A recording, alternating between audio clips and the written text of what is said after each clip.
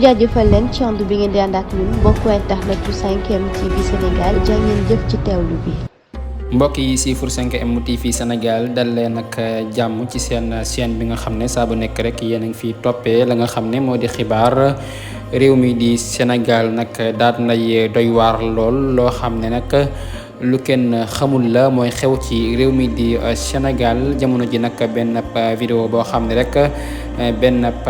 pa nag nekk xaw a nekk mag lool nag daan nañ ko gis ci ab vidéo mu nekk nag koo xam ne dafa takk ab der ñi nag jàpp ne ab Baay Faal la waaye nag la tax ñu jàpp ne ab Baay Faal la dafa sol la nga xam ne rek moo di coleenu ko Baay Faal waaye nag mi ngay fecc moo xam ne daan na xaw a doy waar lool tax rek ñi nga xam ne ñoo di Sénégal yi nag ñu ngi koy ñaawloo ko naqarlu ku nekk rek yaa ngay commentaire ci boobile vidéo mu nekk loo xam ne nag daan nay doy waar lool actuellement jamono ji ñi nga xam ne rek ñoo di ay mag nag suñuy def loo xam ne nag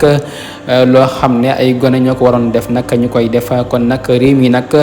ku yebu rek génn dem feneen parce que nag li nga xam ne rek ñu ngi koy gis ci réew mi di Sénégal nag nekk na loo xam ne jaaduwul benn yoon koo xam ne rek magum jëmm la mën a am doom ak yi sët nekk nag di fecc ci kanamu nit yi fecc yoo xam ne rek lu doy waar la tax ñi nga xam ne rek ñoo di askan wi ku nekk rek yaa ngi commentaire